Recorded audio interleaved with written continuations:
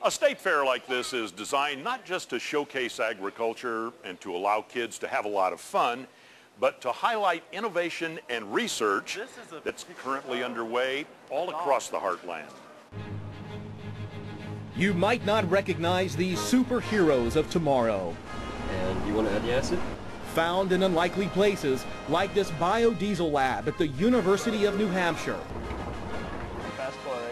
They forsake traditional mask and cape. They might be disguised by a lab coat and safety goggles, or simply a passion to save planet Earth. All right, the system ready. I'm going to add the potassium hydroxide. Yep. But these superheroes are working to rehabilitate scum and slime.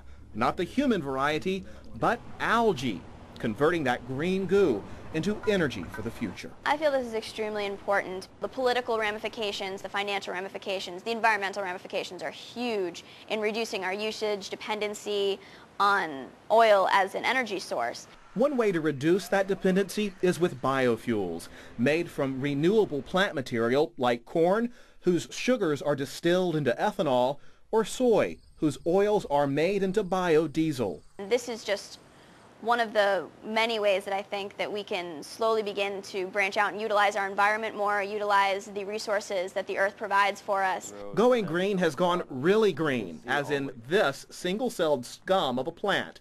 Good old algae, filled with oil called lipids, meaning it is also filled with huge potential. If we can find an algae strain that goes fast enough and produces enough lipids, we could potentially replace the petrodiesel industry and use biodiesel instead.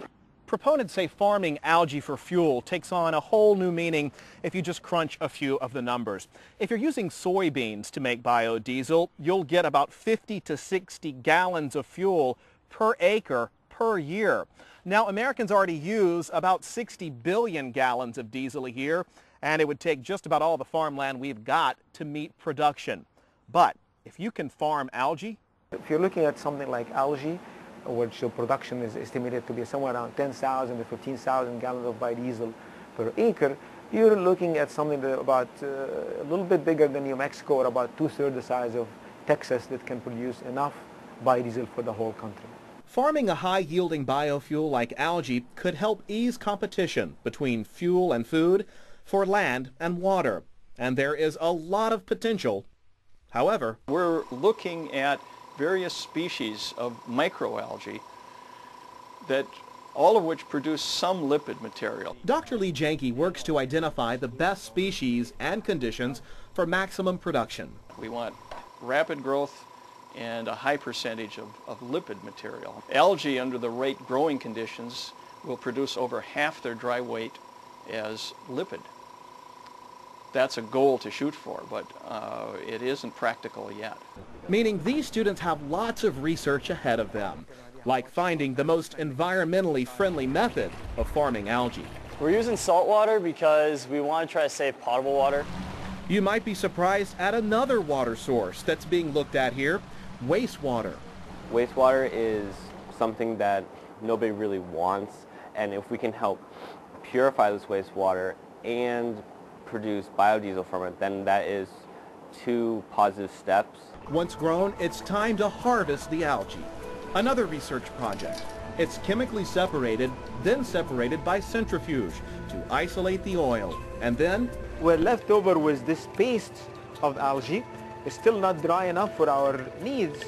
So what we do, we have to freeze dry it. After a good period of time, we end up with our final dry algae product, which looks like this. This is dry algae, and this is the one that has the oil in it. The dried algae is processed to extract the oil, and finally the algae oil is converted into biodiesel. But efficient conversion is another challenge. Currently, biodiesel is a semi-viable energy source. It's being used minimally, but right now automated biodiesel processors aren't an extremely common thing. So we're working on different methods that could possibly make that process more viable. Increasing what's been so far only tiny yields has been one of the challenges, but not the only one. How is that coming along? Well, it hasn't been going that well. There's been many failures. This bag, for example, we use a type of glue to seal the holes, and as you can see right now, it's leaking. and that's one of the many challenges we faced. Well, it shows us what doesn't work, and when we find out what doesn't work, we'll be able to find what does. Many invest in research, looking for a resource that yields energy and profits. You see so many things coming in the internet and the news about starting plants producing biodiesel from algae, but I feel there's still a lot of challenges. But the best and the brightest among us are our greatest resource. Truly a superpower, dedicating their time and their energy to finding a brighter future for all of us. The world that we're going to be living in a couple of years is going to be the world based off of the resources that we're consuming and the effects that we're having on the environment, and I want to make sure that I'm doing everything I can to make that world a sustainable, livable, healthy environment.